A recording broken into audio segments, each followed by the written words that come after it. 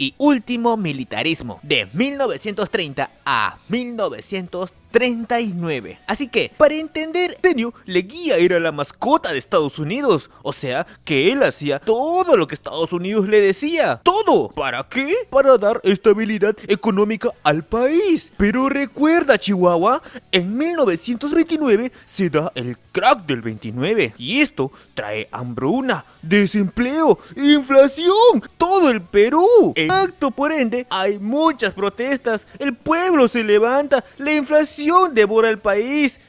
Pero de todas estas protestas, una fue la más resaltante. En Arequipa, una protesta es guiada por Luis Sánchez Cerro. Este militar se... ¡Pum! Golpe de estado de Leguía. Ya iniciamos el tercer militarismo, de 1930 a 1939. Aunque muchos historiadores consideran que el tercer militarismo es mucho más largo, pero para que investigues un poquito. Como ya sabes, esta etapa inicia con Luis Sánchez Cerro, gobierno de Luis Sánchez Cerro, Luchito, de 1930 a 1933. Ni bien Luchito llegó a la presidencia, su primera acción fue encarcelar a Leguía, ya que sabrás que él fue el protagonista de muchos actos corruptos. Él organizó una protesta e ingresó dando un golpe de estado a Leguía, pero no, él no era el único que se había levantado, no era la única protesta. En todo el Perú habían muchos levantamientos y cuando Sánchez Cerro llegó al poder, las demás protestas estaban en su contra, ya que querían que se respetase la democracia y se convoquen a elecciones. Y eso se hizo. Luchito renunció a la presidencia y tuvo que postular. Pero obviamente para postular se necesita de un partido político. Así que él decidió crear su propio partido político. En 1931 se convocan elecciones donde dos partidos la están luchando. Por un lado tenemos al APRA, representado Víctor Haya de la Torre, y por el otro a Sánchez Cerro con la Unión Revolucionaria. Estas elecciones la gana Sánchez Cerro, pero este es acusado de fraude por el APRA, ya que se anularon votos de ciertas zonas y según los apristas, con esos votos Haya de la Torre hubiese llegado a la presidencia, pero nunca se llegó a comprobar esto. Pero ya si quieres, tú investiga un poco, no seas flojo. Obviamente, los apristas están recontra molestos, pero a Luchito no. Para levantarnos llega The Mission Kemmerer, o sea, la misión Kemmerer, que en palabras sencillas,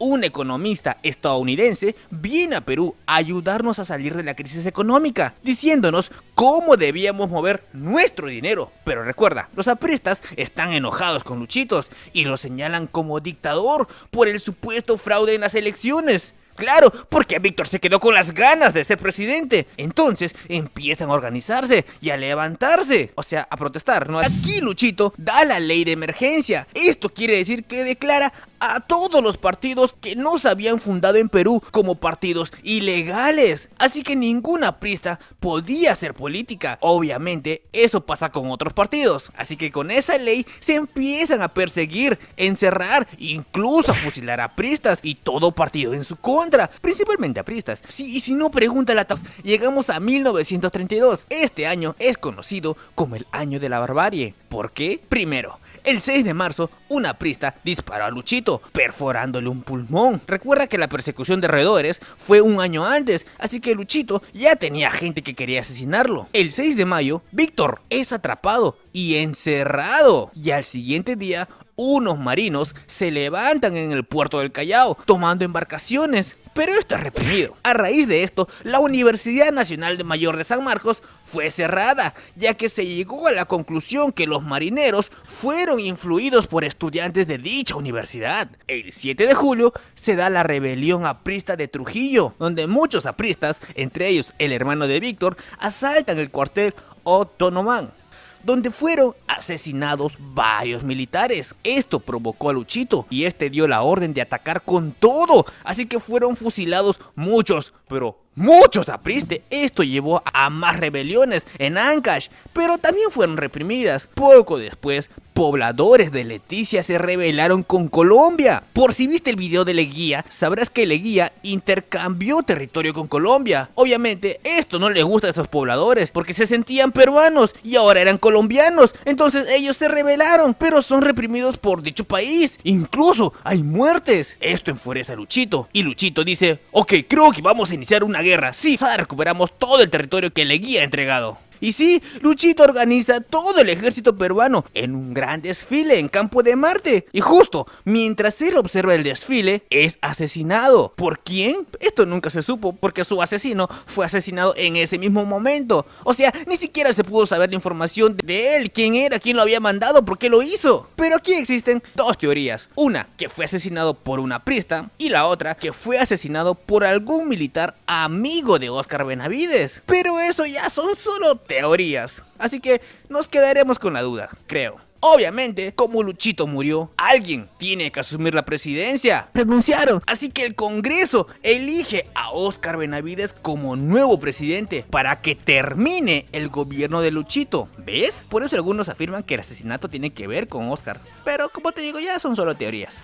Gobierno de Óscar Benavides. En teoría debería ser de 1933 a 1936, porque su función era terminar con el mandato de Luchito, o sea, los 3 años que le faltaban. Pero veamos qué pasa. En su primer año de mandato, cambia la constitución a la de 1933 y recuerda, Luchito nos dejó con una posible guerra con Colombia por territorio. Y sí, ese territorio era muy confuso, ya que ese territorio era de Colombia, era de Ecuador y era de Perú. Pero en la hoja estaba escrita de una manera rara, algo así como cuando das tu número celular. Óscar tenía que terminar eso, ¿y qué hizo? Pues lo terminó, cediendo el territorio a Colombia. Bueno, reafirmando su territorio, ya que ese territorio se había entregado en el gobierno de Leguía y Luchito lo quiso recuperar. Óscar entró con una frase muy peculiar: orden, progreso y trabajo. ¿Recuerdas la ley de emergencia que dictó Sánchez Cerro? Pues Benavides dio la ley de amnistía, donde se dejaba de perseguir a los apristas y otros partidos. Se les permitía organizarse y hacer política, aunque todavía seguían siendo ilegales, pero ya no eran tan perseguidos. Por ende,